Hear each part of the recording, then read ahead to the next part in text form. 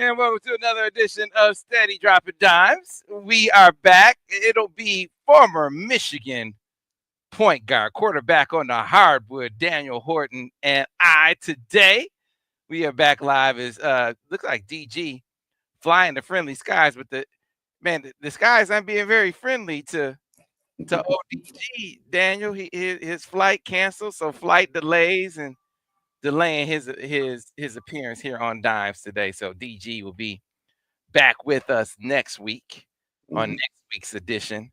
I'm sure he'll be ready to chime in on this proposed punishment. That's the news this week when it comes to Michigan, this proposed punishment for Sherrone Moore. So we will discuss, we will debate, we will get feedback from the crowd and see what they think. Of course, we have great guests on today's show as well. Before we get started, I want to thank our great sponsors. First, the presenting sponsor, Ann Arbor Sports Commission, who we're going to tell you more about a great opportunity that they're making available to kids 13 and under to participate in Epic Races Ann Arbor. Any of the Epic Races events in the Ann Arbor area, kids 13 and under will be able to participate in for free, courtesy of our friends at the Ann Arbor Sports Commission and their great sponsorship. So we'll be telling you more about that a little bit later on in the show. But right now, listen, we've had a lot of great guests on Steady Droppin Dimes here. Going back to the very beginning, one of the most fun guests we've had was young Mr. Semaj Morgan. Young fella had a lot to say, as you guys know. Always a favorite of mine to hear not only the substance of what he has to say, but the flair with which he says it. Well, that comes from somewhere. I know you've heard his dad come on these airwaves before, and you've heard mom a little bit. You heard mom a little bit because we went out to his toy drive event. Well, you're gonna hear mom a little bit more today. A lot more today, as a matter of fact. You're going to be hearing a lot more from her in the coming weeks and months as she is starting up her own podcast to give you some perspective from a parental point of view, from the parent's point of view of a student athlete, that is.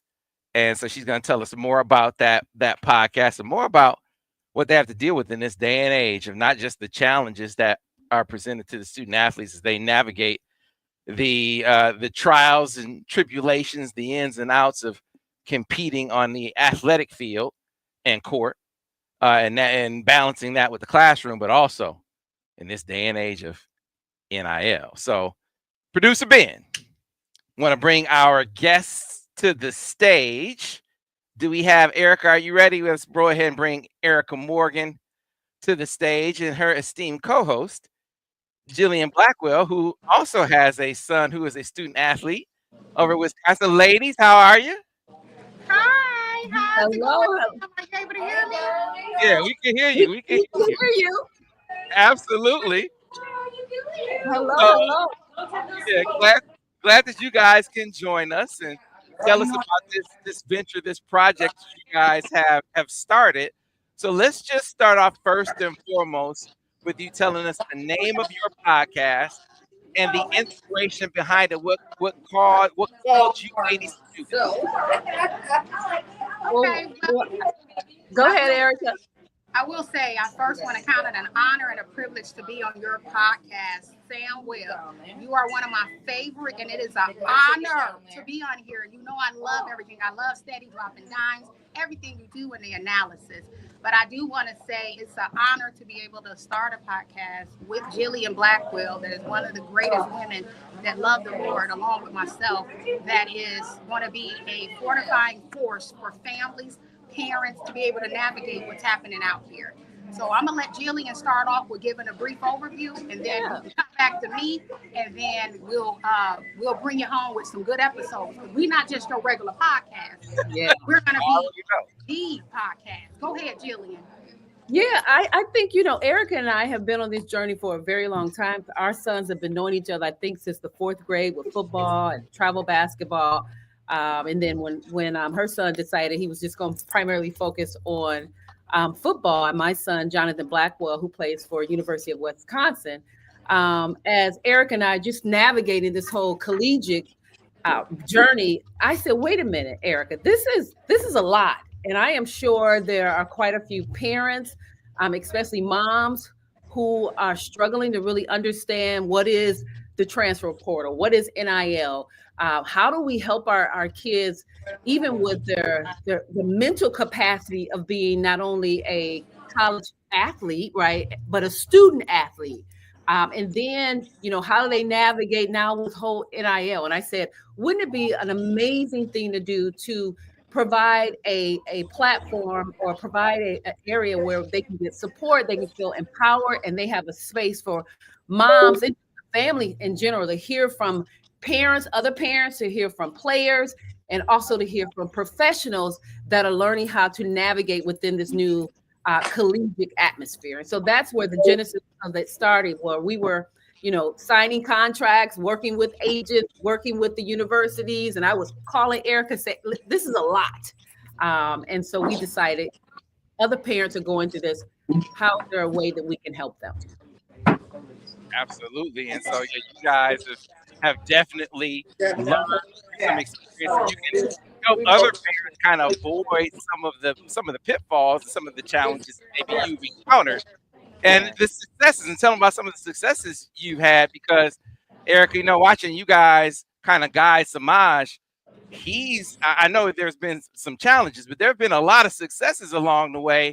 Absolutely. Even though things were just started. Absolutely. You're exactly right, Sam. So when it comes down to what we're doing with parents navigating it, a lot of parents feel left alone or felt left out. One of our taglines for our podcast is, in the huddle, no parent stands alone. So what that means is we're in this huddle with every parent that may have a student athlete that is a part of any sports. It's not just football or basketball. You may have some parents in track, but we want to be that conversation piece that they're able to come to.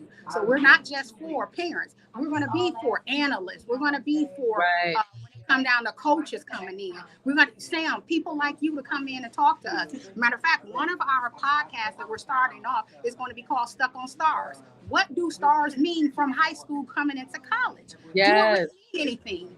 Because when we think about it, we look at Cam Ward. I think he was the number one draft, number one, not one, 0 stars, one offer, but was able to go to the NFL 1-1. So it's not just only about stars. Stars is great, but we want to have some of our episodes is Stuck on Stars. Some of our other episodes is parents stay out of the locker room, know your place. Okay? Absolutely. Some of the other ones are the comparison, stop comparing your child to others. And then we're also going to break down some of the basics, the do's and the don'ts.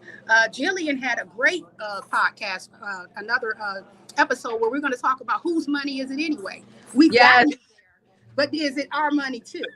These are some real episodes. These are real episodes. It really absolutely. Is. And I don't know if we even emphasize the name of the podcast. I think we mentioned the title, but the name of the podcast, as you can see on my shirt, is Moms in the Huddle. Again, our tagline is no parent standing alone. And so we want to make sure that, yes, you're on the sidelines, but also we want you to be in a huddle with other parents so you can experience this journey together and we can actually learn from each other. I was talking to a parent the other day. I was talking to my brother. His son plays for University of Connecticut, and he was talking to me about football. Well, I'm a basketball mom. I had no idea. And so we're going to teach you many things that you may not know because you may not know that sport.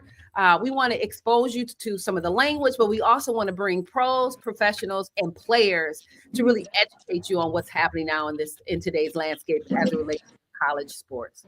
Okay, so how often will you guys be doing episodes? Are they going to be on the same day? Are they going to be live where people can interact with you? Or are they going to be recorded? How does it work? How will it work? It's actually going to work twofold. We're going to drop episodes. We're going to do live sessions. Me and Jillian is actually thinking about traveling from university to university to where we're able to sit on a university and talk with some of the parents at the university, some of the coaches. So it's going to be live. They're going to interact with us online. We're typically going to probably drop one the first week in June. We're still working on some, but as we get them, we're going to be dropping them.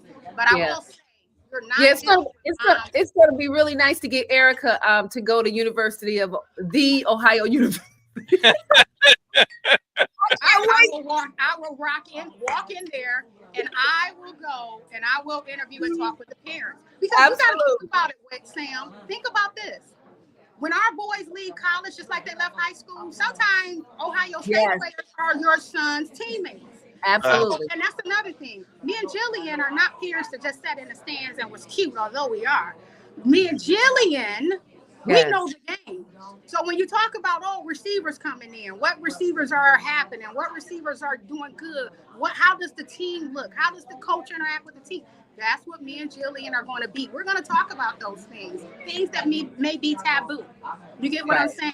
So it's not just this happy thing of, we're just talking to parents. We're talking to everybody. We're bringing sports agents in. We're going to talk with them as well, so that we can get their take on it. And even with the contracts that our boys are signing, know your rights when you sign a contract. Absolutely. You don't want to sign your rights away. I'm the legal mind. Jillian is the marketing mind. She markets and brand, and I'll let you know where you stand legally with things.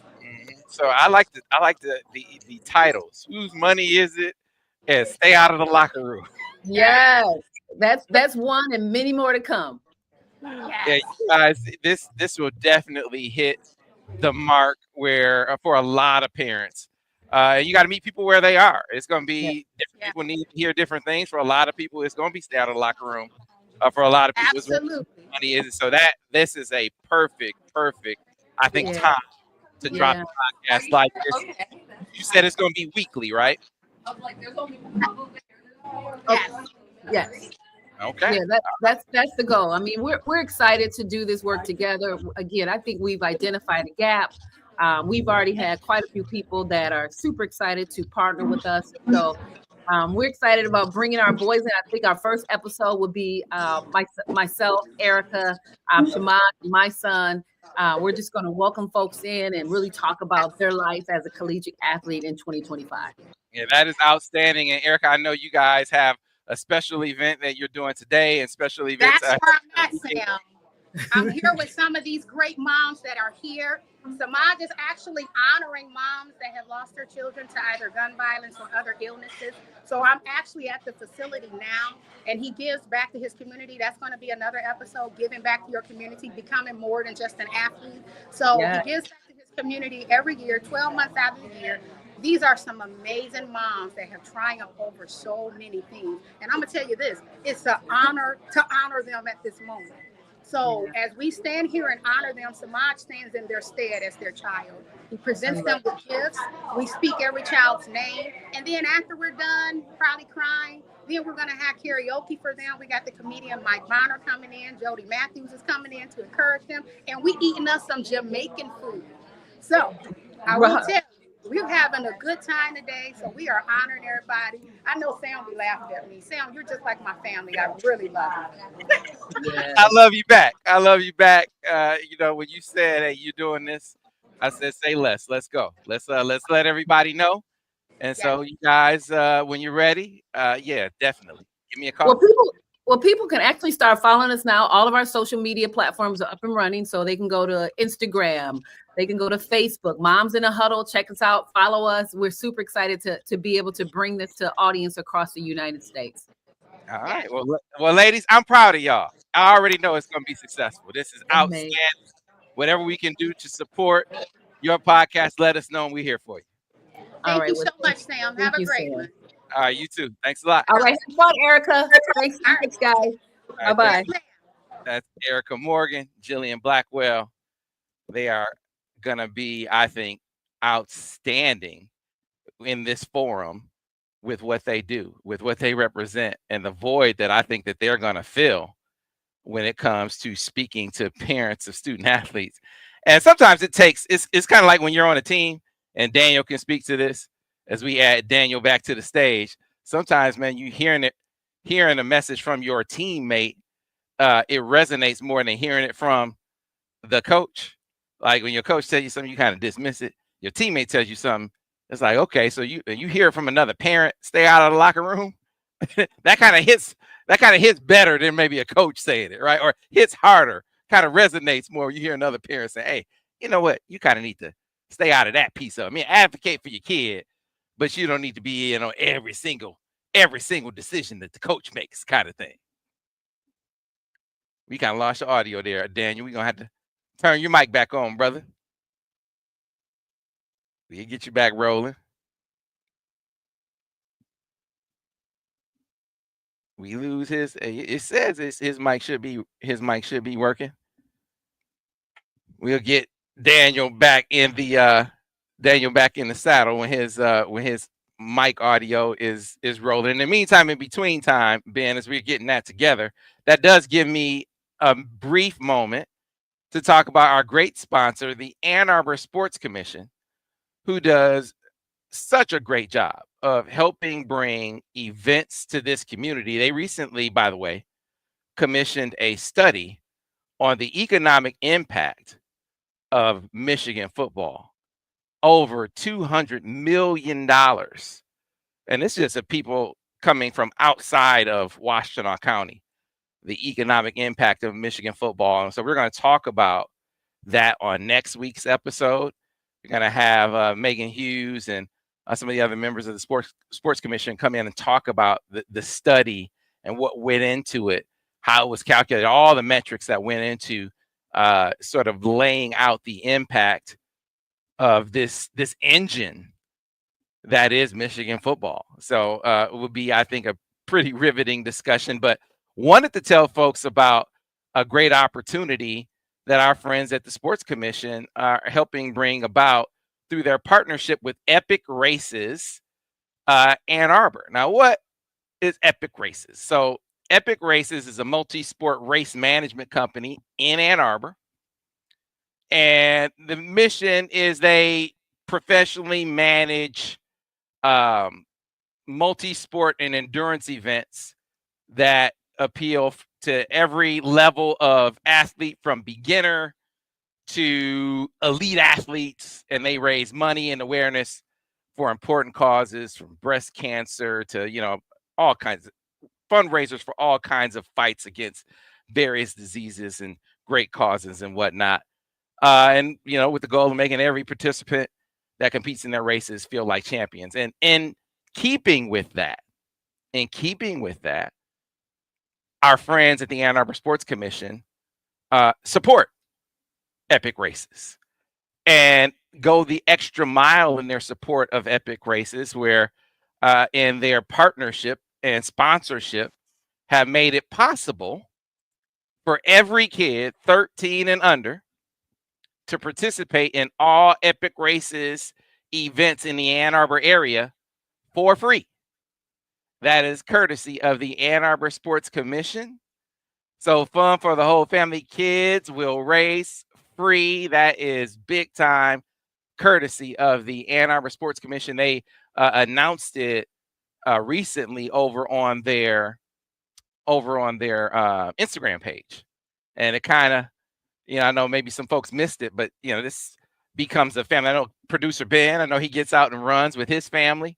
This becomes a family affair, and this will encourage, I think, more families to get out and run in some of the events. I know there is a 4th of July event coming up here in Ann Arbor called the Firecracker 5K. There it is. Yeah, the Firecracker 5K. And so kids 13 and under will be able to run for free, courtesy of our friends at the Ann Arbor Sports Commission. You can always find out all the details of the events that are coming to Ann Arbor and the Washtenaw County area over on their website. And so, again, you want to know about the events beyond, obviously, Michigan football, which we tell you about all the time, annarbor.org. / Sports Commission, you can go out and you can figure out all of the great events that are coming to town, courtesy of our friends over at the Ann Arbor Sports Commission. So they do a great job over there. We'll have Megan Hughes on next week to talk specifically about the study of Michigan football that they commissioned as well. Of course, keep track of the AFC Ann Arbor schedule. Their schedule gets underway. The regular season gets underway this weekend. The men open their season at Pioneer on Friday. The women open their season at Pioneer on Friday. Women open their season at Pioneer on Friday. The men open their season at Saline on Saturday. They're only playing at Saline due to a scheduling conflict on Saturday. Then both teams will be playing at Pioneer, their home games, the rest of the season.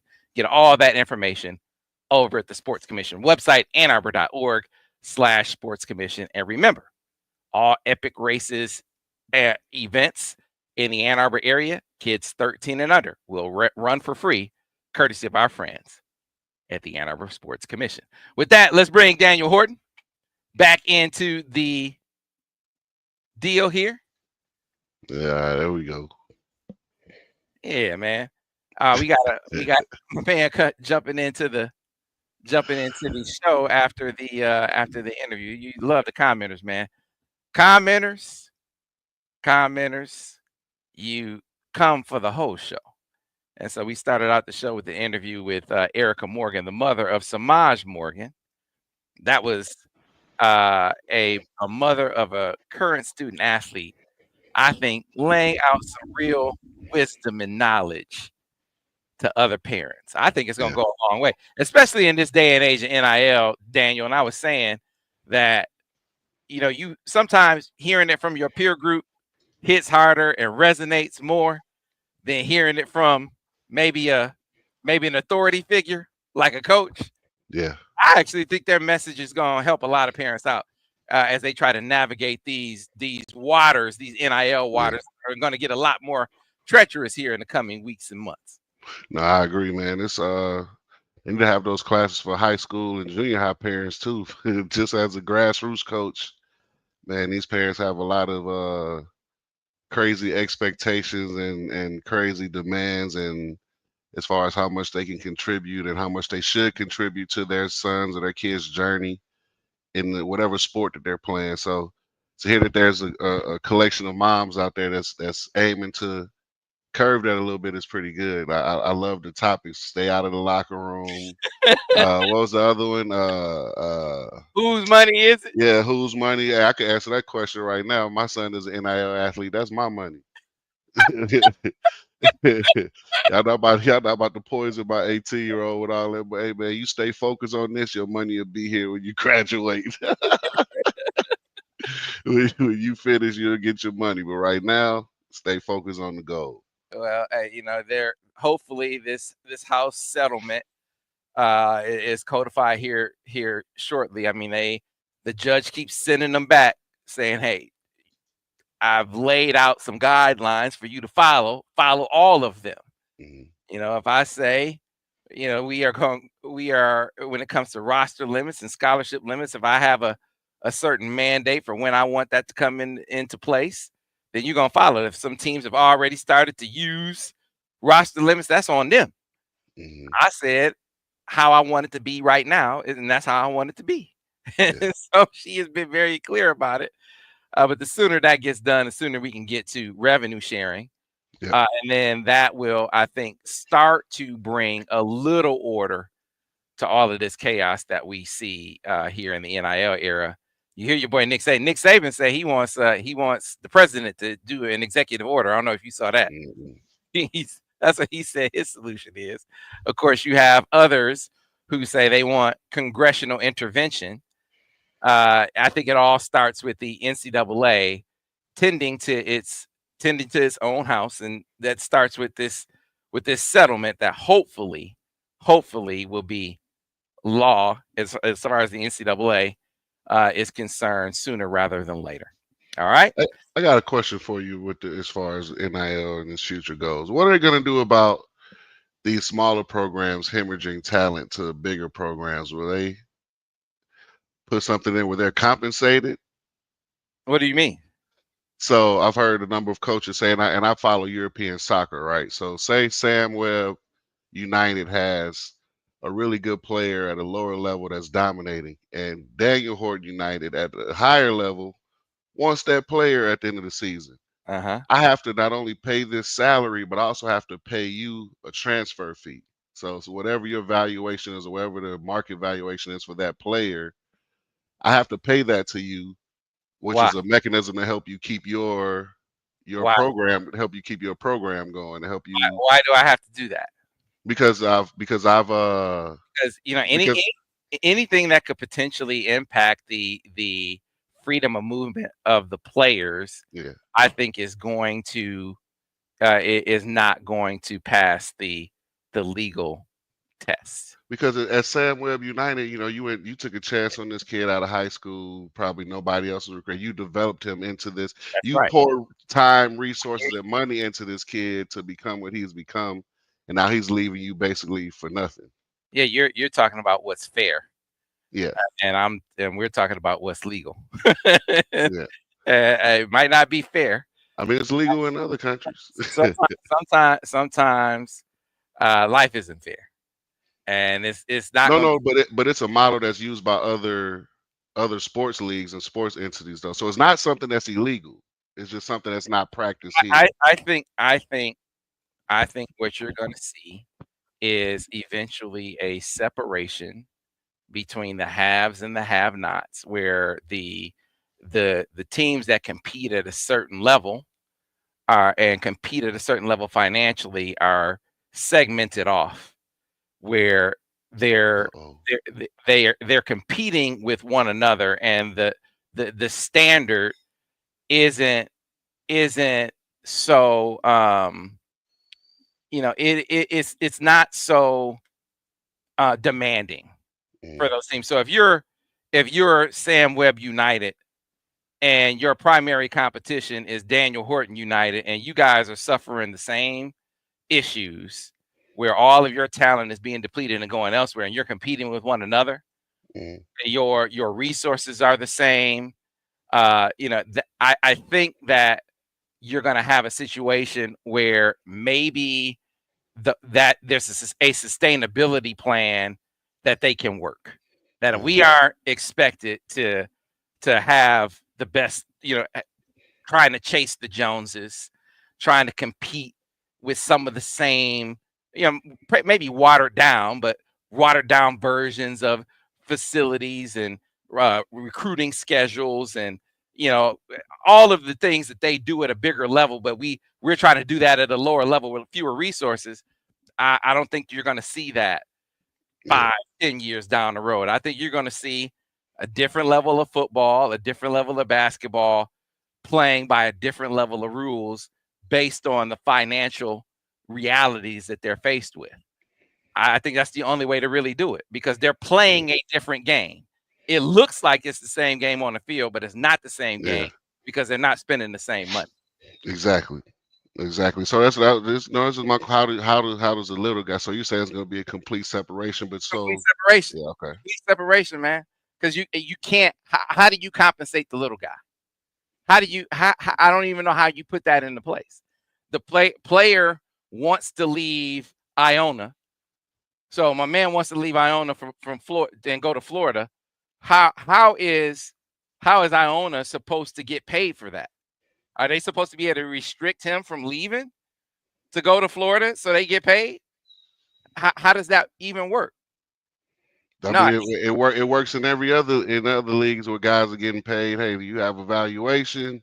I hear what your saying. evaluation is. If its evaluation is not met, you can't go. What I'm telling you is, the minute that league, or the minute the NCAA or the SEC or whatever entity tried to put something like that in place, they get to draw a suit off of them, because you're restricting this player his opportunity for freedom of movement. I mean, no, man, you're just not gonna be.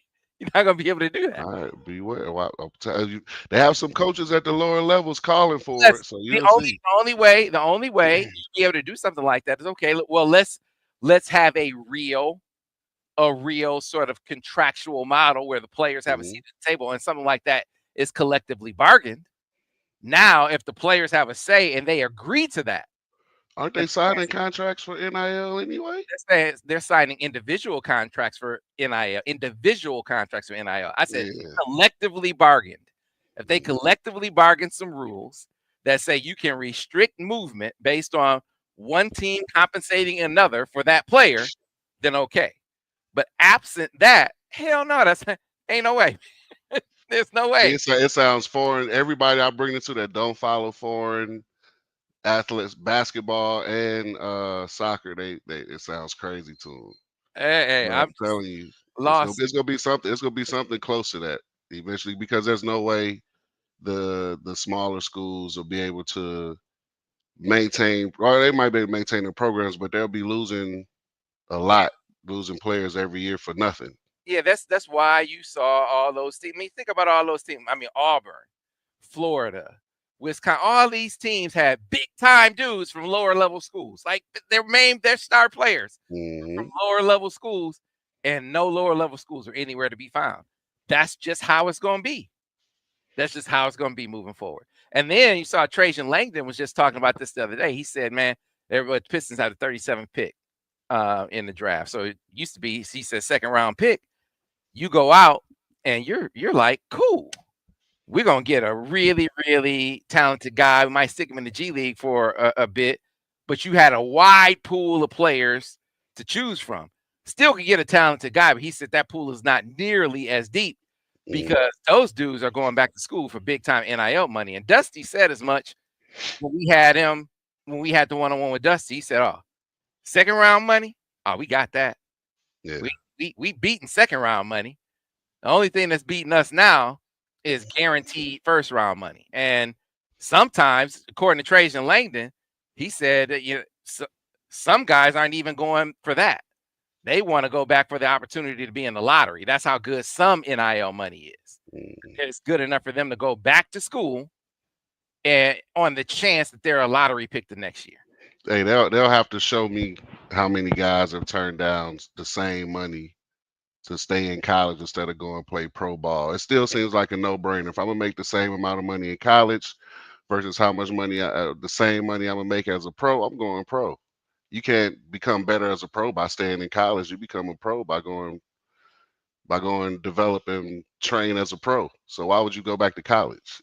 So like all of they're gonna have to show me these guys that they're talking about that's turning down the same money to stay in college. I will have to see. You got to show me those guys, because if it's up to me, most of the guys I know, most of the kids I know, hey, if they want me and it's the same money, I'm going. Now, if it's a big difference between college and uh pro, okay, stay in college. But hey, man, go be a Steve pro. Horn, I think Steve Horn nailed it. He said least amount of guys declared for the draft ever this year, 104 guys. Yeah, so yeah, that's NIL all the way. Yeah, they're gonna have to show me those specific guys that had concrete opportunities to be pros and they turned it down. Not guys on the fringe, not guys who were absolutely designated to go here that didn't go. I'll have to see those guys. All right. So to get to the subject matter, as one chatter said, "Oh, it's all ads." No, it's not. First of all, we got to pay some bills. Some named Sam in here, unless Sam, unless you want to give us some bread to do the show. I mean, we could do that. And then we could just talk turkey the whole time. We still gonna have guests, donations. Yeah, right. Boy, I always got a peanut gallery. Anyway, proposed punishment. ESPN had a story earlier this week where they said Michigan had decided to levy a 2-game suspension on Sherrone Moore for the Connor Stallions. This is in response to the notice of allegations related to the Connor Stallions sign gate saga. So sign stealing saga, and you got the allegations that he's on the sideline at Michigan State and all of that. Turns out that Sherrone Moore's guilt, if you want to call it that, in this whole ordeal is not at all related to Connor Stallions' conduct. It is totally process related. It's a matter of procedure and in relation to his conduct amid the investigation. So what do I mean? He deleted some text messages as the investigation was about to ensue or had ensued. The timeline is somewhat foggy in my mind, but we know that he deleted some text messages. All right. Now, I think we need to talk some semantics here because they're important.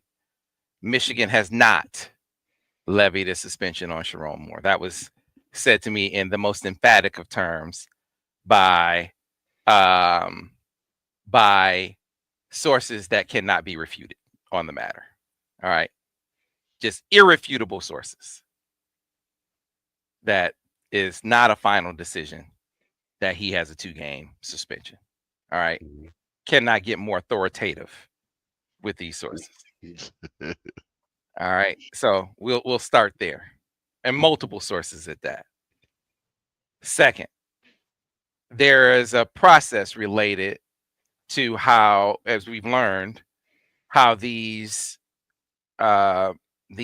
self-imposed punishments go, which I didn't know. I mean, we learned a lot through the multiple investigations that Michigan has been through, right? I mean, Right. you learn a lot.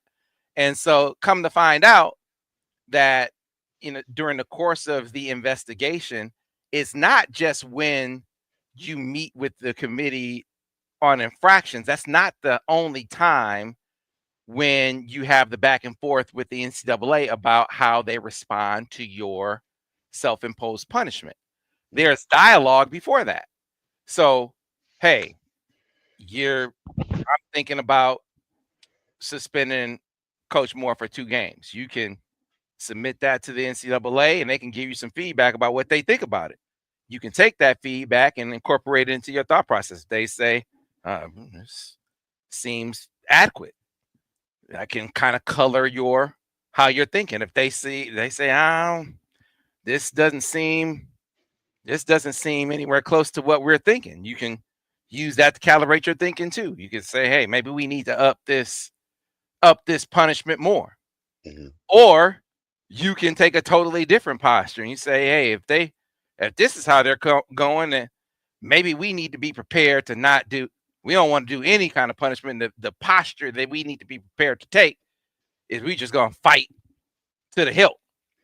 Mhm. This is where they were apparently in this discussion and kind of, hey, this is what we kind of thinking about doing. What do you think? Kind of getting some feedback leading up to this meeting with the committee on infractions coming up next month. So no final decision on the punishment has been made. And certainly if the NCAA were to give some really significant opposition to this as a suitable punishment, I think the response by Michigan, I'm not convinced that it would be, oh well, we're gonna be suspending him for these 2 games and waiting to see what the NCAA is gonna do. I wouldn't be. This is me talking. I wouldn't be surprised if they're say, well, why don't we just fight? Why don't we take this off the table? And why don't we just fight then? How it's going to be? I'm not saying that's what's going to happen. Mhm. I'm just saying I wouldn't be surprised if they took that tact, talking they being the NCAA, if that wasn't Michigan's response. I wouldn't be surprised. Yeah. Yeah, it's a tough place to be as a university. It's a tough place to be as a coaching staff and as fans of the program, right? Like it's one of those things where everybody is trying to read and decide or try to figure out what's going to happen based on how Michigan moves, based on what the NCAA has said or hasn't said, and what media reports. So, as a person that's emotionally invested in everything that goes on in Michigan athletics, it's interesting to see where this goes. I think for me, I'm not as a person who's been through self-imposed sanctions from the university. I'm not self-imposing anything. Like y'all have to come get me. Yeah. I'm gonna fight and I'm gonna do what I need to do to protect my coaches and protect my program. Like we've already suspended coaches a total. Harbaugh missed 6 games. Sherrone missed a couple games that year as well. So it's like, hey man, like how much more do you guys want? Like it's not that for something that's supposedly not that big of a deal as far as the effects on the field and determining wins and losses. Like why are we still dragging this out as a why is the NCAA still dragging this out? So it's one of those things, hey man, I'm not at this point, I'm not doing anything else until they make a move. So I think that there's a practical side of this, where if you're Michigan, you realize the NCAA has to save some kind of face with its constituents, or try to. You may not think, as we saw from some of our chatters here, you may not think the NCAA has a face left to save, right? And I might agree with you on that. I'm about to say Tennessee just got away with what 200 violations, Right? Yeah. But you also have government intervention. Yeah, It's like, hey, the Attorney General of that state stepped in and said, "We will sue you if you even think about trying to come in with some kind of postseason ban." Now, I'll say this again. Don't suffer fools when you're having this kind of conversation. Like a lot of you look to Twitter and you look to social media, and you listen to people who have amoeba-sized brains, right? And that's the wrong thing to do for something like this. They don't have the ability to understand that the precedent to try to bring in a hammer for something like this doesn't even exist. So to think that the NCAA would try to levy a hammer for something they don't even have evidence for, and even if you just use a little deductive reasoning, you can look at the interviews that have taken place with Ward Manuel, where at every turn, when talking about the investigation of the NCAA, amidst all the leaks, where there's every reason to offer comment in reaction to the leaking of information, he's continued to say no comment, just won't say anything. The one time he offered comment, the one time he offered some specificity, was when some Buckeye came up in a chat like this. I'm doing a show like this. I'm sitting next to Ward Manuel, and they send across. My phone is next to me, and it might have been Producer Ben. Producer Ben is like an instigator sometimes. He's like an instigator sometimes. He must have knew that. He said, "Oh, some Buckeyes calling Sam out. Let me get Sam riled up." And some Buckeye said, yeah, Sam doesn't have the guts to ask Ward Manuel a tough question. He doesn't have the guts to ask Ward about the postseason ban." So I see it on my phone. I said, I don't. I said, so Ward, postseason ban. What about a postseason ban with the NCAA? Postseason ban. I think they might have said something about championship being taken away, anything like that. And he said, well, there have been no such discussions on anything, on any punishment of that variety. Nothing like that. Now, understand, Daniel, he's been very consistent in offering no comment. But on that point, he was very clear in saying, and remember I said there's dialogue between the sides talking about punishment. So there's very clear back and forth that goes on along the way. Yep. And there's been nothing along those lines. Nothing. And then use further deductive reasoning. If that were the case, if that was the NCAA's posture, if they were talking a draconian reaction, would Michigan's response to it be, hey, 2 games for the head coach? They're talking, the hammer. They're talking the death blow. They're talking about nuking the program. Yeah, and Michigan comes back saying 2-game suspension for the head coach. You'd have to be an idiot to believe that. And I know there's a proliferation of idiots down south. So you should know better than to listen to them. You should know better than to follow their lead. It makes no sense. And it makes no sense because it just hasn't happened. Yeah. It's not going on. Now, that doesn't mean that the NCAA will agree with Michigan's version and I think Michigan's approach, Daniel, I think this is how it's going down. And you tell me, because I sense that you are coming at this from Sherrone's point of view. Like if we're playing roles, Mm-hmm. you being the former student athlete who played at a time where Michigan is self-imposed and they're falling on the sword. I remember being at the press conference where Mary Sue Coleman was like, "We feel great shame. We feel great shame about what's happened here with the NCAA." I'm thinking to myself, this is the NCAA. We talking about we feel it. Why? Why are we sitting here acting like the crimes against humanity have been committed?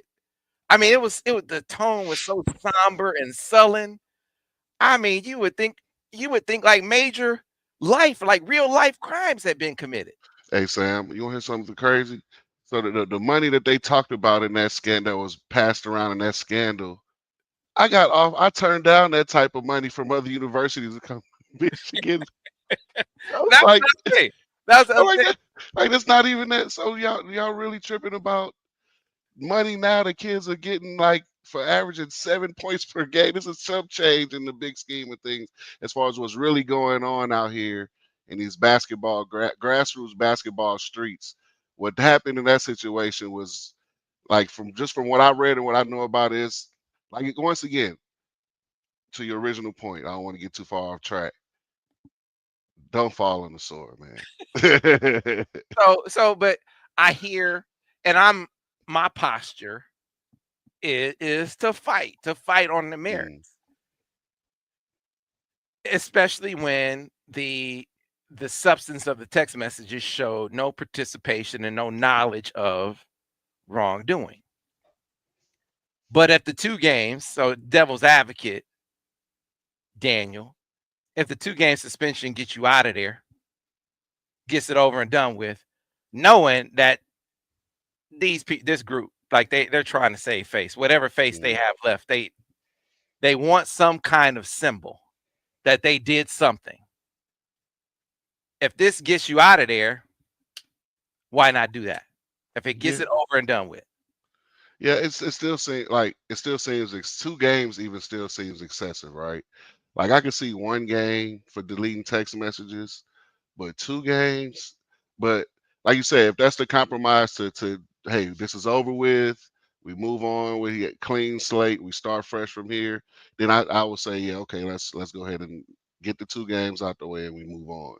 But if it's going to be 2 games and this thing is going to continue to drag out and then there'll be more punishment later and we're just going to keep going, like, no, it has to come to a resolution soon, man. And I feel like the longer it goes, right, coaches suspensions during one season, coaches suspensions during another season, 2 years later, 2 years later, it's come on, man. Like it has to end at some point.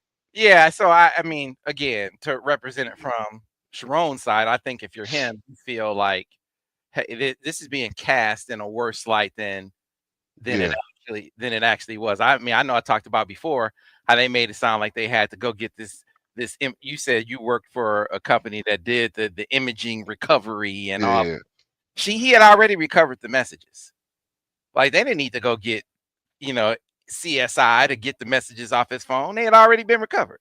Hey, everybody that's watching, if you have a cell phone, I work in cybersecurity. If you have a cell phone and you delete text messages, you do not have to go get the FBI to get those texts. Right. And so I mean, they would have you believe that he went and he said, "Oh, Connor Stallions, let me just go find Connor Stallions on the phone, delete all the Connor Stallions messages." That's not what happened.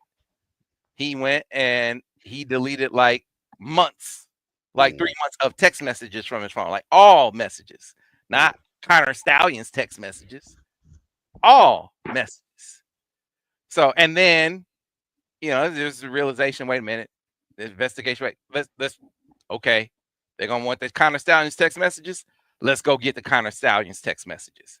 So goes and gets the Connor Stallions text messages, turns them over. They look through the Connor Stallions text messages, realize nothing's there. And so this is what you want to hit me for? Oh, he deleted the Connor Stallions text messages to hide something. Listen, I made him. This was a mistake to delete all my text messages. I got the ones that you wanted back. Looked through them and saw there was nothing there. So what you're investigating, there was no wrongdoing. His position is probably, I'm assuming, hey, is the point to punish the wrongdoing? If the point is to punish the wrongdoing, then what are we here for? But like I said, I think there's a practical side of this where they aren't just here to act like they were doing something. They want to show that they were doing something, Daniel. They want to prove that they were doing something. Let me ask you a question. Any way that they leave without some kind of punishment, some kind of actual punishment. Yeah. Let me play devil's advocate, right? Like, let's just say in a different world, you're not married to the lovely Mrs. Webb. You're married to some other no count lady. And she comes and you like, hey, where you been? Like, oh, I think you're messing around with another guy. And she comes and you're like, let me see your phone. And she shows you her phone and she's conveniently deleted every text message in her phone before she shows it to you. And it happens in one of those all those messages. There's one thread where she's actually involved with another man. It like you're gonna feel like if she tells you, you're gonna feel like she's trying to play you like you stupid. And I think that's one thing with the NCAA with this Michigan case where Harbaugh supposedly saying he doesn't remember, or Sherrone saying, oh, I conveniently deleted all of my text messages, not just the Connor Stallions text messages. I think there's a part of this where the NCAA feels like they're being played with, and it's making the situation worse.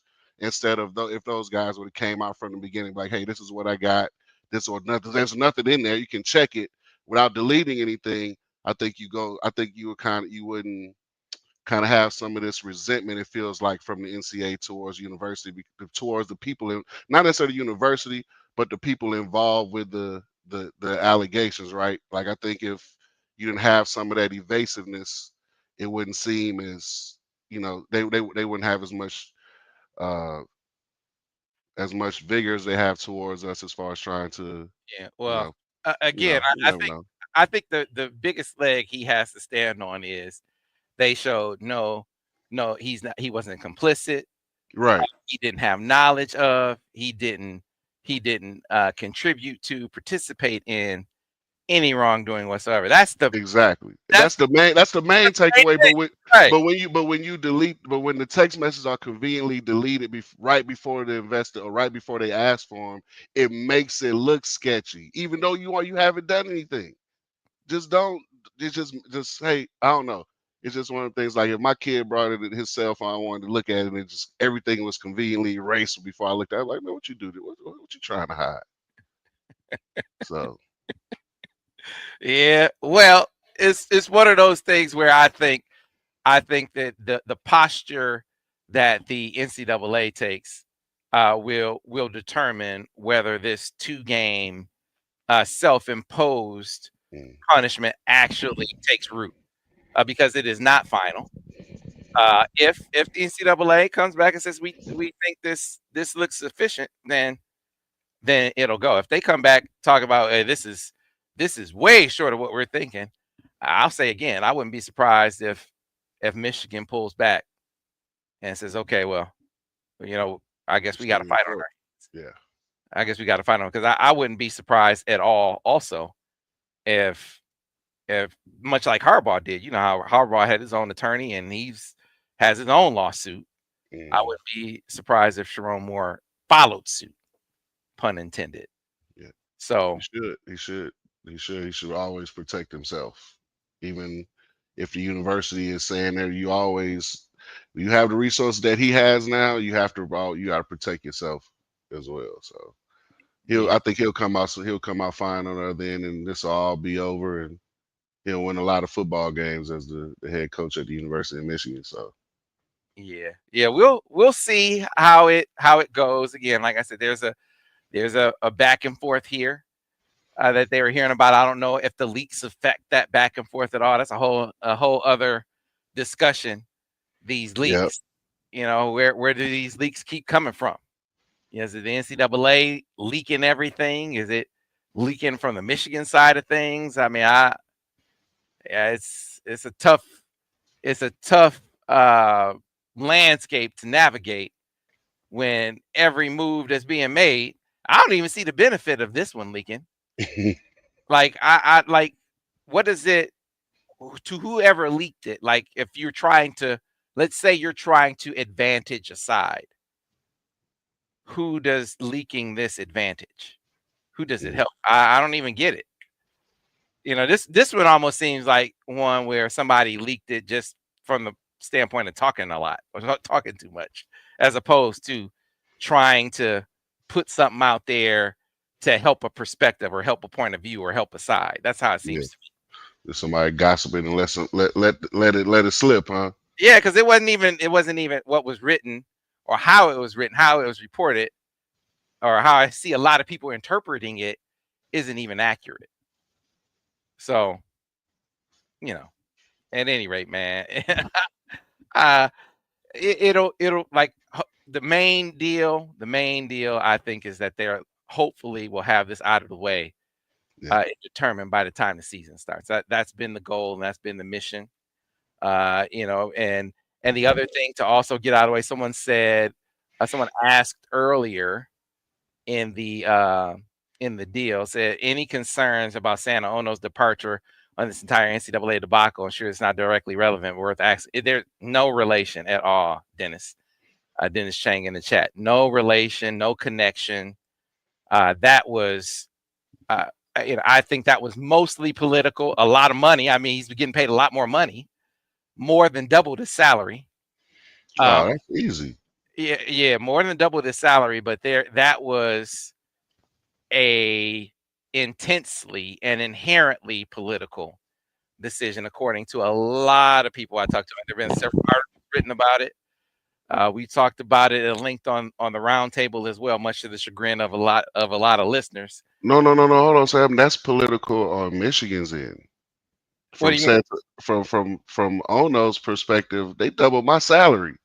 And I get to go live in the Panhandle. Hey, I'm out. 2-3 winters was enough. I'm gone. It wasn't just the money. I mean, look, he had just signed an extension, and you would think he was off the table, off the market. He was on the market, not for double your salary. Yeah, he was back on the market. He was still on the market for a reason. Right? It's kind of the point to me. I got you. And that's kind of the point that's being made. There were, there were a lot of there was a lot of discontent in the university in the university environment.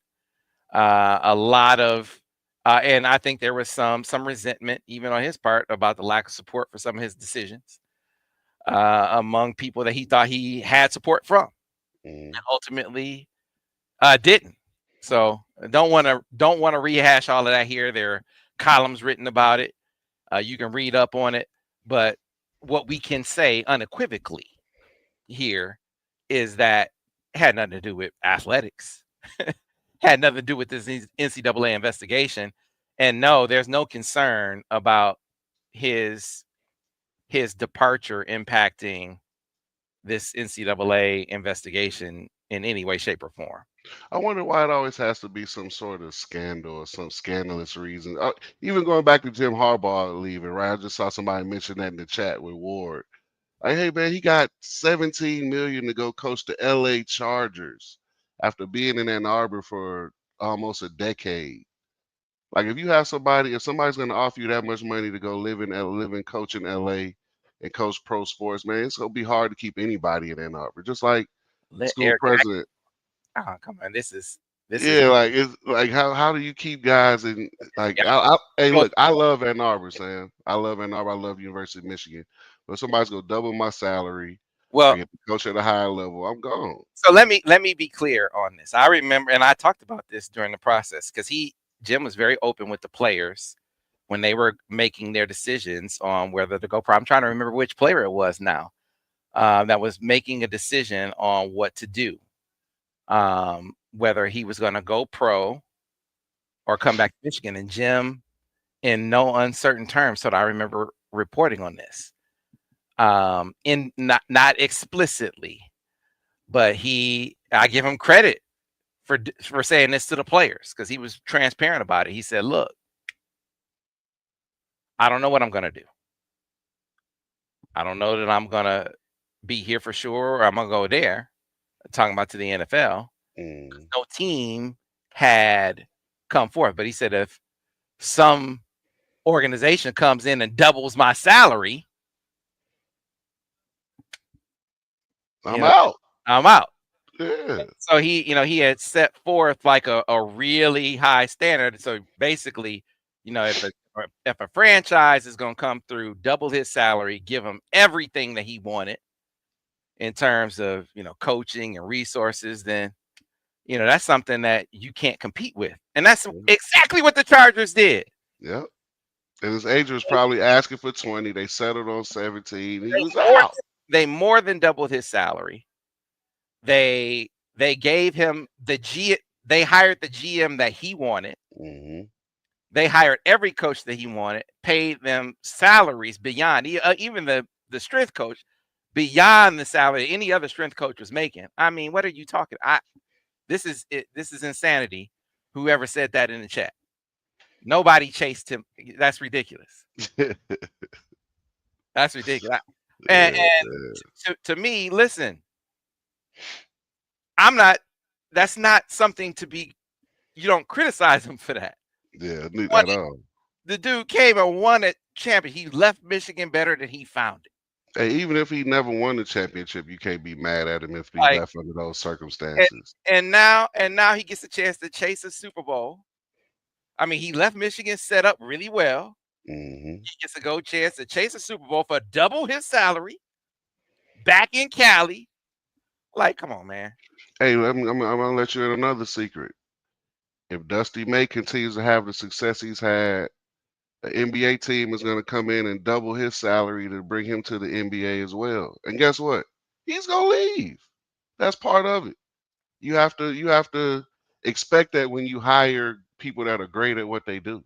Yeah, and so on the Eric Backish thing, I admit it. So I fanned out on that Eric Backish thing. I admit I was on the air, and I probably went a little too far. I was like, hey man, you pay him whatever you want. It was the round table. It was the MGO blog guys who were like, hey, you're being unrealistic here. It was the blog guys who told me that. It's like, you can't go in and pay an SEC salary for a baseball coach in the Big Ten. How are you going to pay an SEC salary to a baseball coach in the Big Ten? I said, why not? It's like that's because if you set that precedent, so the blog, and it's like, it made, you take your fan glasses off for a second. Got to put the business glasses on. Just for a second. And you start thinking, because, we got close to Eric. Like, Eric took us on the ride. Eric was like, he got us immersed in Michigan baseball, man. We went to man, when I say we road trip, Daniel, we road trip to the World Series, man. Damn. Me and we road trip to the World Series. We did a countdown to the first pitch from the World Series hotel. I mean, Eric Backish was our guy. That was our man. And so I was crushed when he left. Crushed. And so it was like, hey, you cannot, or the ACC salary in this case, ACC or SEC salary to a Big Ten coach, because Big Ten baseball is not ACC baseball, not SEC baseball. And if you set that precedent where you're willing to do that pay out of league rates for your coaches, then you got to be prepared to do that. That's your Other sports as well, right? standard. So Yeah. when Hutch comes back and says, okay, and when your women's gymnastics coach comes back and says, and your hockey coach comes back and said, or hockey, I mean, it's already, but you get my point. Yeah, yeah. You're setting a precedent Or that men's basketball. Let's keep it real.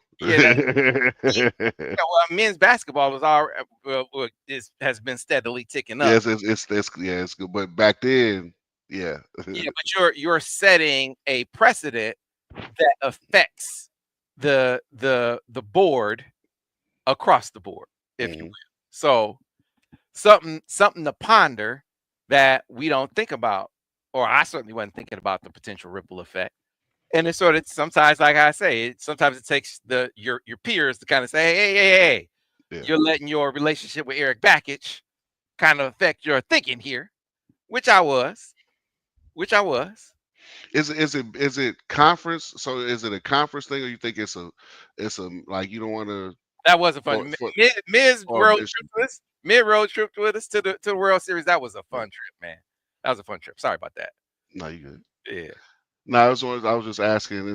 Do you think was that a Michigan thing, or like you said you phrase it as a conference thing, but Michigan has always been kind of behind in certain sports, not willing to pay top dollar for coaches like they have in football or maybe hockey or something like that. It's other sports like they don't really.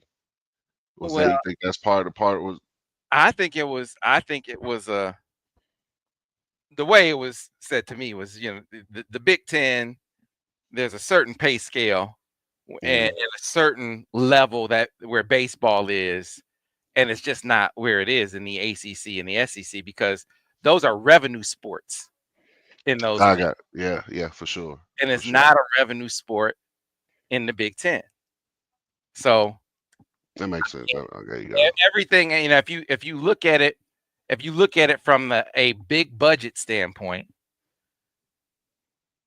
and you look at your bottom line, I mean, you're taking that money from someplace else to pay Eric Bakich. You aren't taking it from baseball. Baseball, yeah. Whereas, in down at Clemson, you're taking that from baseball. Yeah. LSU, you're taking that from baseball. Yeah. Texas, you're taking that from baseball. So that makes sense. For sure. And I know for sure Texas baseball is big business. For sure. So I mean, a lot of this I think people are ascribing their personal dislike and personal disdain, from which I don't know where it comes from, wherever. And maybe some of their dislike and disdain is legitimate, but some of it just isn't. Like this chasing off a dude who went doubled his salary. That's just ridiculous. And even this Eric Bakich thing is like, come on, man. I mean, if you really, come on, stop it. Hey, it sounds like everybody that we've mentioned is left for double the pay and ideal circumstances that they put forth as far as what they wanted. So you can't really be mad at that. Right. And now you find yourself in a rev share situation where now you got to find some money. It looks like they're going to be, they're finding ways, and it looks like the Big Ten money is about to tick up again. And they're going to be able to do it. People don't want advertising in the stadium, right? You're figuring out different places to get this money from. And that's one place where you didn't spend money that you don't have to worry about. So it's not like it doesn't. My point is, it's not like that didn't matter. It matters now. It matters now. It seems like every dollar matters now in a day and age where you got to find $20 extra million in the budget. You better start putting advertising in that stadium. Better start selling space. You better start selling space. I know that's the thing with Michigan. They don't want to, don't advertise, man. You know how much money y'all leaving on the table? Listen, our friends over at Golden Limo, they're going to have a brand ambassador this year, Zeke Berry. Zeke and Semaj is connected with them, and they're going to be their NIL efforts are expanding this year. I mean, Will Johnson was their first NIL ambassador, and that went so well that Sean Duval has decided that he's going to invest even more. But they, the realization about Golden's involvement with the University of Michigan, I think is not wholly understood. I think people think it's just, we talk about it here on Dropping Dimes, game day transport, airport transport. Whenever we need to go somewhere, we're riding on Golden. Michigan football is riding on Golden. Michigan basketball, when they made their way down to the Big Ten championship, they were riding on Golden, right? I think it's just about Michigan athletics, Michigan medicine, all over Golden Limo. So we had a chance to sit down with the president and CEO of Golden Limo here recently to talk about their involvement with the University of Michigan in many different respects, not just Michigan athletics, but Michigan medicine and this upcoming NIL support efforts, two-part interview. So we'll play the first part on this episode, and we'll get into the second part in the next episode, or again, we'll talk about his expanded efforts to get into, I know he has Zeke Berry, Semaj, and now they're going to be getting off into Michigan basketball NIL. So a lot of exciting things on the horizon with Golden Limo, one of our great sponsors here on Steady Droppin Dimes. But here is part one of my chat with the president and CEO of Golden Limo, one of our great sponsors, Sean Duval.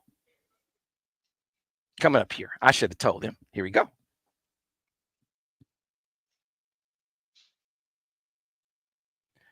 You got to share it with the audio. You got to share the one with the share the video, and then when you share the video, the audio will pop up on the screen there too. Producer Ben. No, the StreamYard gives you a little issue. And we know that this show would not be possible without our great sponsors, and one of them obviously being our great friends and partners over at Golden Limo. But it goes beyond partnership with Golden Limo. It's personal with us at Golden because this is my brother. He's more than a friend. Sean Duval is truly my brother, but he's like that to so many in this community. He is truly a brother to everyone in this community. I mean, you go around Ann Arbor, you go around Ypsilanti, you go around Washington County, everyone around will tell you Sean Duval will give you the shirt off his back, and they mean it, because that is true. He is truly a man of the community, and he runs his company like that. Truly, truly, truly someone who values service and excellence. And that's what Golden Limo is all about. Sean Duval is with us again today. My brother, Sean, how you doing? Mr. Webb, how are you? Sam, you're the best. That's like an amazing intro. I don't know if I deserve it, but I really appreciate it. Absolutely. I mean, there are people that when you see them or you talk about them, a smile that just comes to your face. You're one of those people, man. Just my guy. And I think when people talk about you or think about you, everyone feels that way, and you get that feeling about your company as well. When you talk about Golden, it's that excellence that you feel when you are riding in one of those vehicles, man. You feel like you're being taken care of. And I think if you're trying to convey a feeling with your service, it certainly comes across. Wow, I appreciate that a lot. It's just intentional that the experience and the excellence shows through in everything that we do. from 1992. We've been in business, trying to improve customer service in our industry. We knew what it looked like when we got into it, and we weren't happy with those types of levels of service, and we just knew we could make a difference in the service part of the transportation industry. And I think that's what we've done, is just brought service to a whole new level. Yeah, the last time we had you on, I'm trying to remember, you were trying to miss. You weren't able to go to a game. What game was it? You had We were watching it was the football game. No, it it was a was. basket. It was Michigan State, where we got our butts kicked. Oh yeah. You didn't want to It see was, the score. and don't tell me, don't tell me. And then it's like, It's like, hey, do brother Sean a favor. Don't tell him the score of the Michigan State game, because you talk about diehard Michigan guys. So we had to tell everyone in Southeast Michigan, don't tell Sean the score. Probably could have told them that one, so he didn't have to watch it. Sam, He got if you home, right? remember that game, I was psyched, because I'm watching the game and I'm like, look at us, we're doing great, and then all of a sudden we're like, whoa, it just Yeah, happened. yeah, because Michigan was up at half. They're up at halftime, and then obviously it fell apart after that. But Yeah, they were like, and that ended their season that way, of just, I think that really shook them, and they ended their season just like, every game looks good, then fall apart. Looks good, then fall apart. And so what they did in the tournament was really truly special. yeah, it was. Yeah, it And was. a credit to Dusty and Kyle and those guys, just really saying, okay, we're going to regroup, we're going to get back together. We know what we have, we know what the talent that we have on this team. Let's just play within ourselves, and they did, and it was so much fun to watch the tournament. Yeah, Big Ten tournament, if I'm not mistaken, because they went on a run Yeah, in the Big Ten tournament, yeah, a run all the way to the Big Ten tournament title. I'm pretty sure they did, right? yeah, yeah, Didn't yeah. I Michigan? think that did happen. That did Um, happen. I'm yeah. pretty sure. And when they went on that run to the Big Ten tournament title, was it Michigan basketball riding on golden? They were riding on golden. Yes, They were sir. riding. I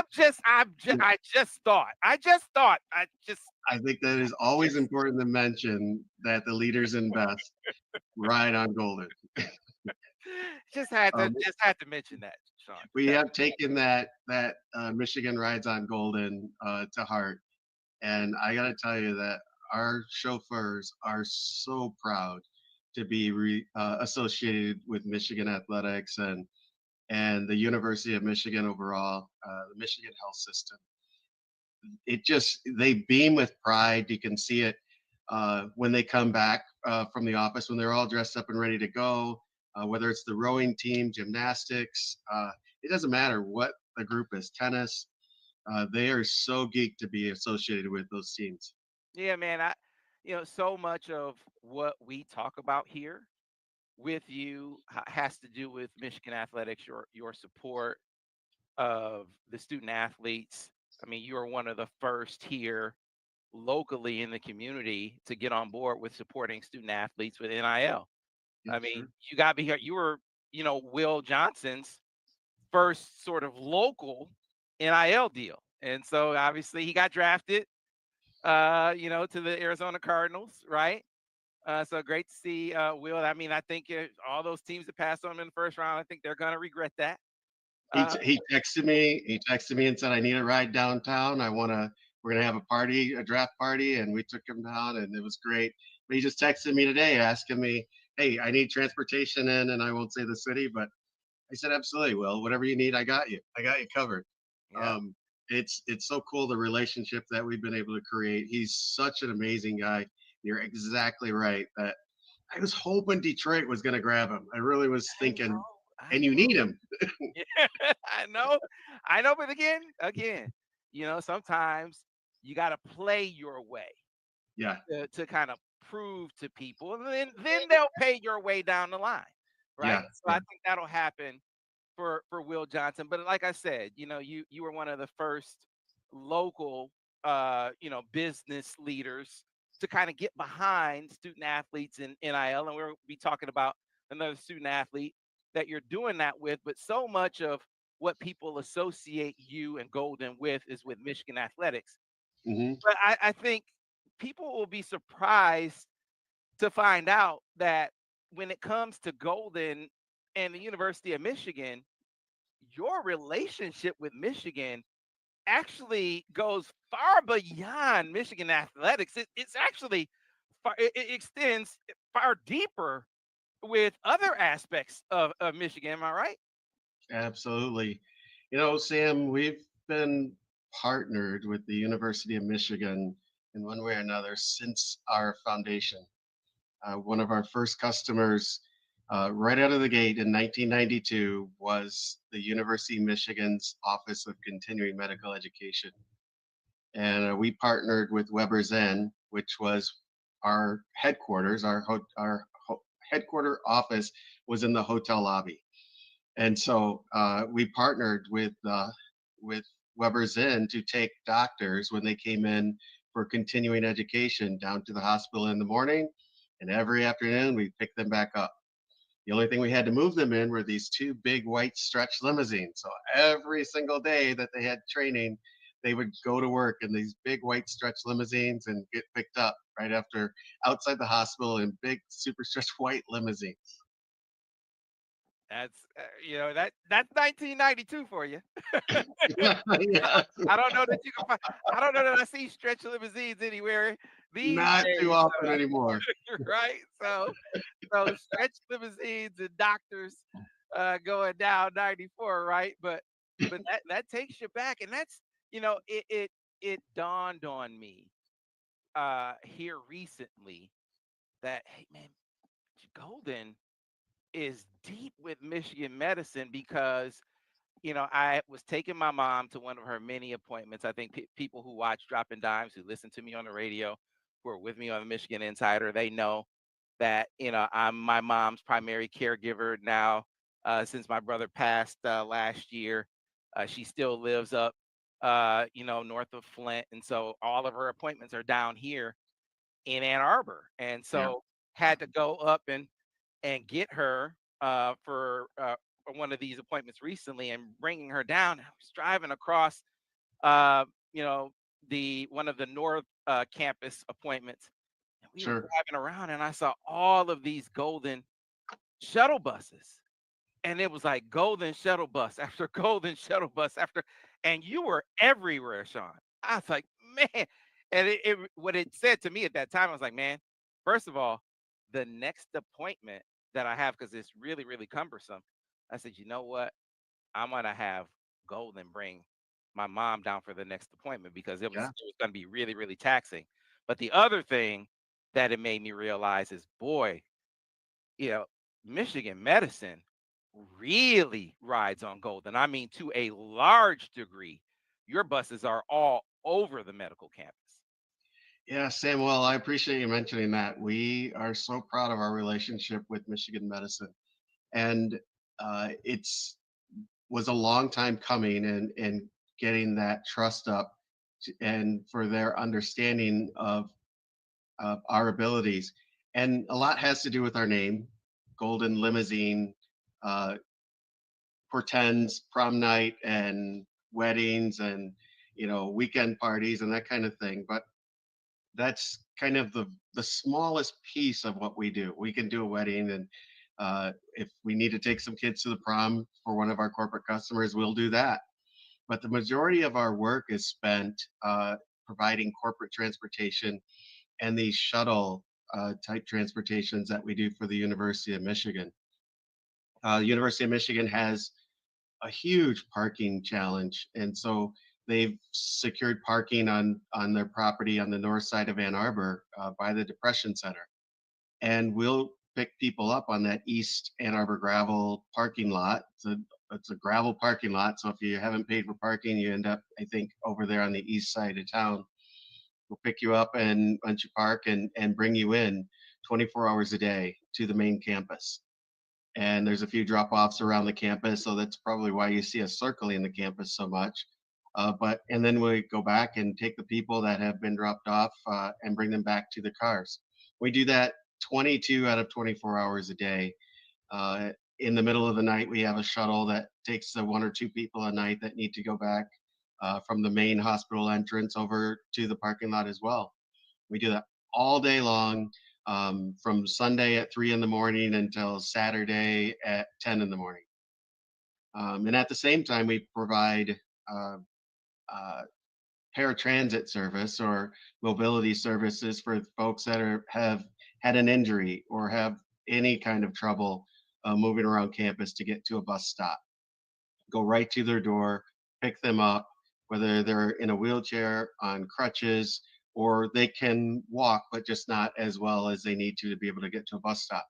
Get them, pick them up, take them to their appointments, take them anywhere on campus that they need to go, and bring them back when they're done. And those are some relationships that we've made with the university where once they trusted us to do the work, they just they depend on us now. We don't say no.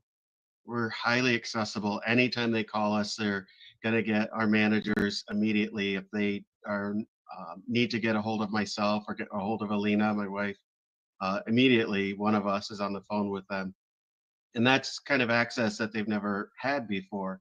But Michigan means so much to us, and that relationship means so much to us that we're going to make sure that they have everything they need to feel like they are as important as we feel that they are to us. You know, Sam, one other thing that we do is that nighttime service. At in the middle of the night, you've got Yeah. students that need to move. It's not always from the bars. Everybody thinks, oh yeah, these kids coming from the bars. That's not typically what it is. Students at University of Michigan are working really hard, and they're at the library really late into the night, and we pick up from the libraries and take them back to their dorms. And there's several places that will pick up in the middle of the night and take them back so that they have a safe ride. They know they can call us. And we probably do between, I don't know, 50 to 100 trips and during that time period of just moving people around in those late night hours.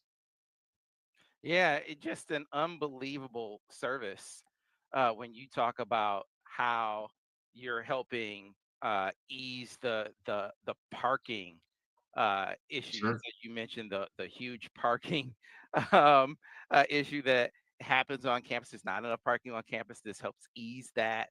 You Yes, sir. have the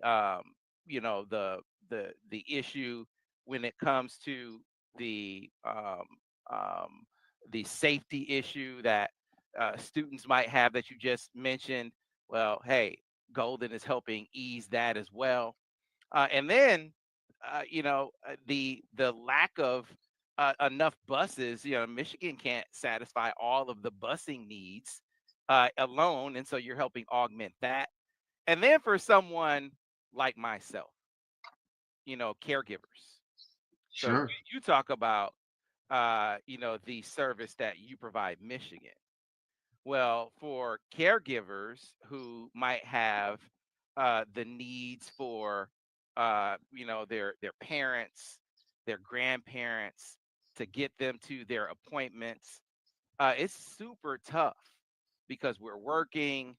Your parents or your grandparents can't get to their appointments on their own, and so to be able to call a service like Golden to be able to get them to those appointments is an unbelievable resource. And Yeah. for me, it wasn't a local transport. I called Golden to go north of Flint to Yeah. go all the way to Mount Morris. So it was an hour and a half trip. But obviously you can use Golden locally here within Washtenaw County. It's an easier trek within Washtenaw County, but that's the kind of service that you can use as an individual as Yeah. well. So it's not just airport transport or game day transport. You can use it as a caregiver for your parent or grandparent as well. You know, Sam, the cool part about our fleet, we have a 70 vehicle fleet located just south of Milan in our south of Ann Arbor in our Milan location. And it has everything that you need from the Mercedes S Class to a Ford Transit Connect, ADA wheelchair van. So that spans a lot of different types of equipment: navigators, Escalades, Suburbans. Um, we can do just about anything, and that's on the car side. And then we have the buses, ADA buses. We can pick up in a wheelchair and take you anywhere around this region with our local fleet. And of course, we can do anything in any city in the world because we've done that for you in the past. Yes, yes, you Um, have. I mean, we've done so many things. I mean, yeah.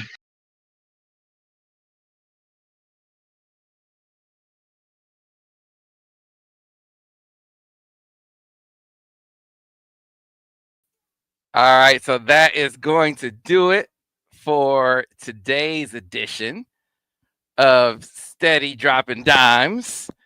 As when we have Sean on next week, he'll be talking about Zeke and Semaj and his plans with Michigan basketball as well.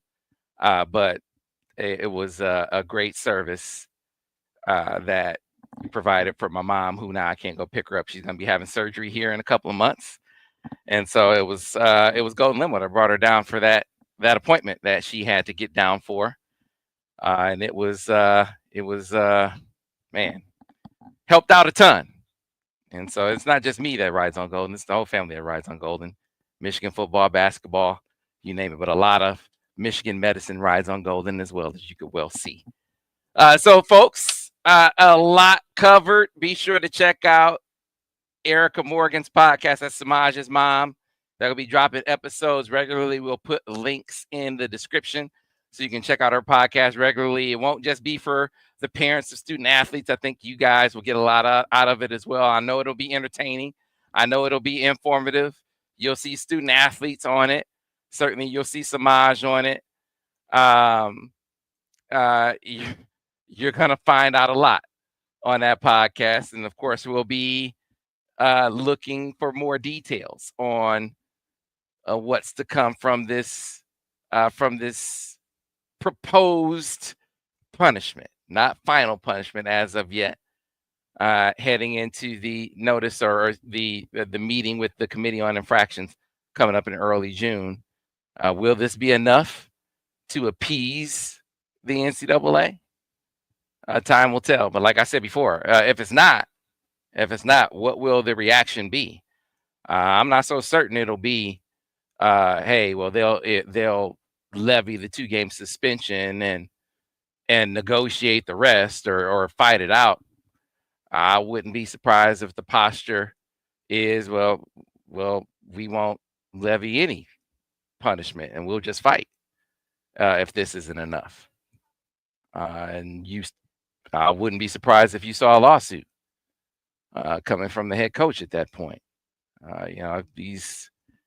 That's certainly the posture that you saw Jimmy take, and this is one of his top proteges. I don't think the apple will fall far from the tree in that regard. So that's going to do it for this edition of Steady Droppin Dimes. Devin should be back with us next week. We will tell you more about that study into the economic impact of Michigan football, which I believe was to the tune of about $230 million. And this community, our friends at the Ann Arbor Sports Commission, be able to dig into the details of that, the big business of Michigan football. We'll dive deeper into that, bringing the crew back on the next edition of Steady Droppin Dimes. We'll see you then, folks.